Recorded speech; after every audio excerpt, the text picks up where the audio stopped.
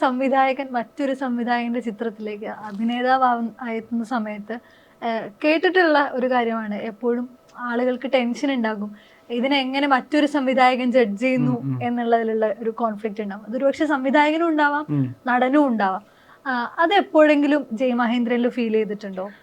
അതുണ്ടാവുന്നത് ഒന്ന് സംവിധാനം ചെയ്യാൻ പോകുന്ന സിനിമ അതിൽ കോൺഫിഡൻസ് ഇല്ലാതാകുമ്പോഴാണ്, അതിൽ ഇൻഫോർമേഷൻ ഇല്ലാതാകുന്ന ഒരു ക്രിയേറ്റർക്ക് ഈ പ്രശ്നമൊക്കെ ഉണ്ടാവും. അതൊരു വലിയൊരു ആക്ടർ വന്നാലും അല്ലെങ്കിൽ തിരിച്ച് ഇതെങ്ങനെയാണെന്ന് ചോദിച്ചാൽ മറുപടി ഇല്ലാത്ത തരം ഫിലിം മേക്കേഴ്സിന് ആ പ്രശ്നമുണ്ട്. ഇവിടെ അങ്ങനത്തെ പ്രശ്നമൊന്നുമില്ല. ഇവിടെ അവർക്ക് എന്താ വേണ്ടതെന്ന് അവർക്കറിയാം.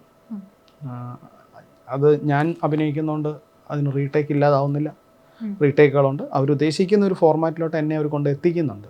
അതിനാണ് ഞാൻ അവിടെ പോയിരിക്കുന്നത്, അല്ലാതെ വേറെ ഒന്നിനുമല്ല. അപ്പോൾ അത് ഭയങ്കര എളുപ്പം. അതുകൊണ്ടാണ് ഞാൻ പറഞ്ഞല്ലോ, നമ്മൾ ഉദ്ദേശിക്കാനും പെട്ടെന്നൊക്കെ തീരുന്നത് അവർക്ക് ആ ബോധ്യം ഉള്ളതുകൊണ്ട്. അതില്ലാത്തവരെ സംബന്ധിച്ച് എല്ലാം ടെൻഷനും അഭിനയിക്കുന്ന സമയത്തും ഒക്കെ അല്ല, നമുക്കെല്ലാം പ്രശ്നങ്ങളാണ്. ഈ ഒരു എന്താണെന്നുള്ളൊരു ധാരണ ഇല്ലാതാകുമ്പോൾ ചോദ്യങ്ങൾക്ക് മറുപടി വേണം. ഇപ്പോൾ നമ്മൾ അഭിനേതാവ് ചോദിച്ചാൽ നമുക്ക് മറുപടി കൊടുക്കാനുണ്ടാവണം. അതില്ലാത്തടത്ത് ഈ പ്രശ്നമൊക്കെ ഉണ്ടാവും.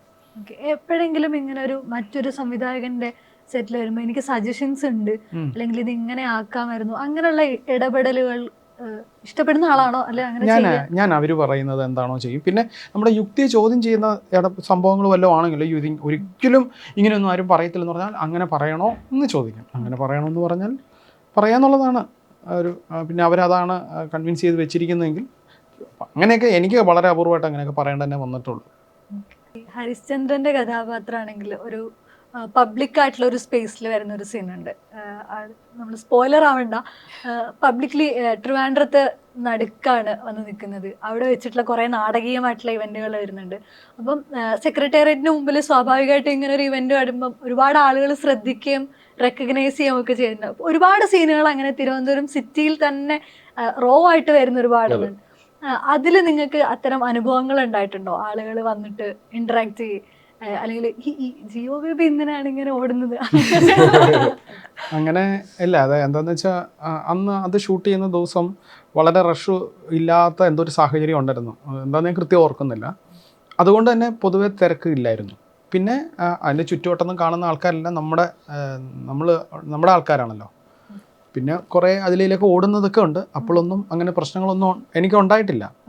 പിന്നെ ഇത് എന്താ പറയുക, അങ്ങനെ ഭയങ്കരമായിട്ട് ഒരു തിരിച്ചറിയപ്പെടുന്നൊരു ഫിഗർ ആകെ ടൈപ്പ് ആയിട്ടില്ലെന്ന് എനിക്ക് തോന്നുന്നു.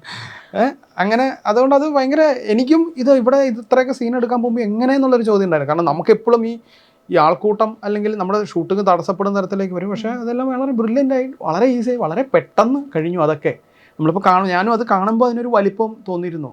ഇത് നമ്മൾ ഇത്രയും പെട്ടെന്ന് എടുത്ത് തീർന്നല്ലോ, ഒരു കുഴപ്പമില്ലാതെ എടുത്ത്. അതൊക്കെ ഓരോ തരത്തിലൊരു ഭാഗ്യം കൂടാണ് എന്നാണ് ഞാൻ വിചാരിക്കുന്നത്. കാരണം ഷൂട്ട് എന്ന് പറയുന്നത് ഭയങ്കര പ്രശ്നം എപ്പോഴും സംഭവിക്കാവുന്നൊരു സ്ഥലമാണ്. പ്ലാൻ ചെയ്തേക്കാളും മുന്നേ എടുത്ത് തീർന്നെന്നാണ് തീർന്നിരുന്നു. ആ സീനുകളൊക്കെ വളരെ എളുപ്പത്തിൽ തീർന്നു. ചിലപ്പോൾ ഞാനായതുകൊണ്ടായിരിക്കാം.